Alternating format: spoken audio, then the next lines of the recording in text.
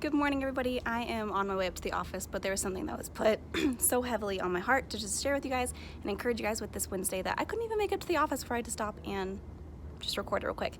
And I'll send it, I don't know, when I get up there or whatever. But the other day, I was going through some pictures with my dad, and he found this old picture of my grandfather and I. It reminded me of this story.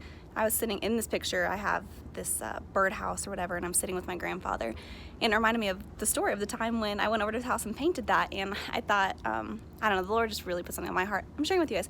So when I was younger, I don't know, 7, 8, 9, I don't know, I'll find the picture and maybe you guys can tell me how old I was. I went over to my grandparents for the day, and you know how sometimes they'll just like get a little craft activity to keep you busy and have some fun.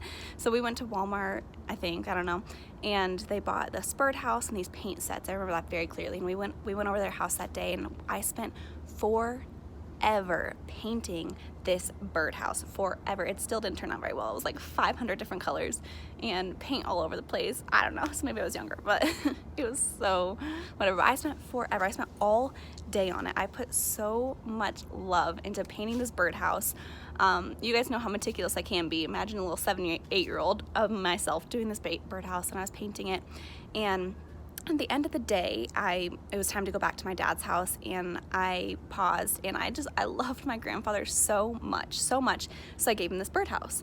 And I don't know, I just felt like I didn't need to give it to him. He bought it for me, but I felt like I wanted to give it to him as a little gift. And so I gave it to my grandfather. And the one thing I do remember so vividly about this day is my grandfather just started bawling. He started crying. He was so thankful for this birdhouse that I gave him. And now I look at this picture, like I thought it was so good, and that's why he was so excited. But I look at this picture and I was like, that birdhouse was painted so silly. But what the Lord put on my heart the other day, when I remember, the whole memory is all coming back to me, is he stopped me and he goes, Taya, that's how I feel when you use your gifts that I've given you and you give back to me. Ugh, I needed that. I needed that. That Lord stopped me, and that's how I feel when you use your gifts, your time, your love that I've given you, and you give back to me.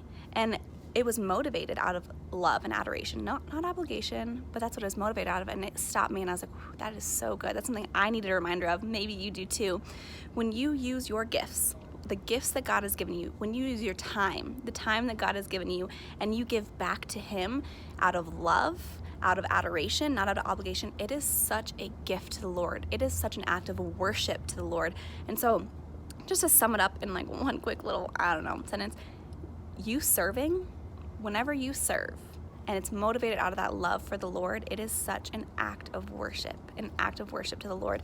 I think so often we think of worship as song and praise, and when the band is playing and we're sitting there worshiping, or when we're just kneeling in our closets worshiping. But in addition, when we serve, when we use the gifts that God has given us and we give back to him and we serve him, we serve his kingdom, that is just as much of an act of worship, because it's stemming from that love, the love we have for the Lord, the gratitude we have from the Lord, not out of obligation. So I don't know, that's just something for you guys this Wednesday. I love you guys. Hope you have a great rest of your week. I will see you Sunday. Bye.